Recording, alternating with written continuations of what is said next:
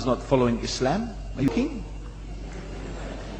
I'm saying not Pakistan, we have 90% Muslim. Muslim means follow Islam. But Muslim, what Muslim? What Muslim? I remember 15 years ago, it's not today and I heard it's worse. 15 years ago I remember going to a wedding in Pakistan. A wedding where men and women were mixing freely. Where the bride was dancing on the stage with all the male members of the family dancing on the stage.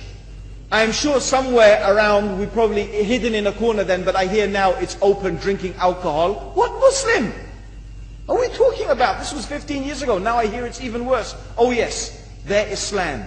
When the bride and the groom are walking to the car, they're holding the Quran over their head for blessing. That Islam? That's not Islam. What Islam is that? That's exactly the thing I'm talking about. That's why the Muslims are in such a mess. Because of this nonsense, this hypocrisy, actually they are insulting the Quran by doing that.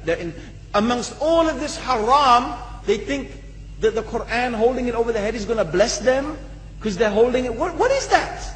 Where did they get this from? So, I don't know what we're talking about. In fact, this is the problem. You see, the Muslim world itself is so far from Islam. So many you find here in India.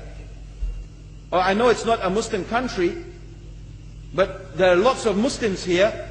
But I don't know what sort of Muslim. Most of them go to the dargah and they call upon some dead person in the grave, and they think that by talking to a dead person they're going to have their needs fulfilled. What's the difference between that and worshipping an idol? There's no difference, believe me. It's shirk. I've seen it myself with my own eyes. I'm praying in the masjid. The adhan goes. The people are praying in the masjid. And the people in the dargah are not coming to the mosque to pray. They're still going around the dargah and making all their whatever the things they do. What's that? That's not Islam. You go to many countries. You find Pakistan, you want to see Islam in Pakistan. You know, in England, in every street corner we have a pub. You know what's a pub? You know what's a pub? Like a bar, you know, a place where you sit and drink alcohol. Yeah? Yes? In Pakistan, believe me, they have something worse than that. Yes, worse. On every street they have a picture of a palm. Everywhere you see it, hanging from the windows. They have the picture of a palm. What's that advertising? Something worse than drinking alcohol. An invitation to disbelieve in Allah. That they're going to read your hand and tell your fortune. Shirk. It's shirk. Whoever believes, the Prophet said, sallallahu alaihi wasallam, whoever visits a fortune teller out of curiosity, Allah will not accept their prayers for 40 days.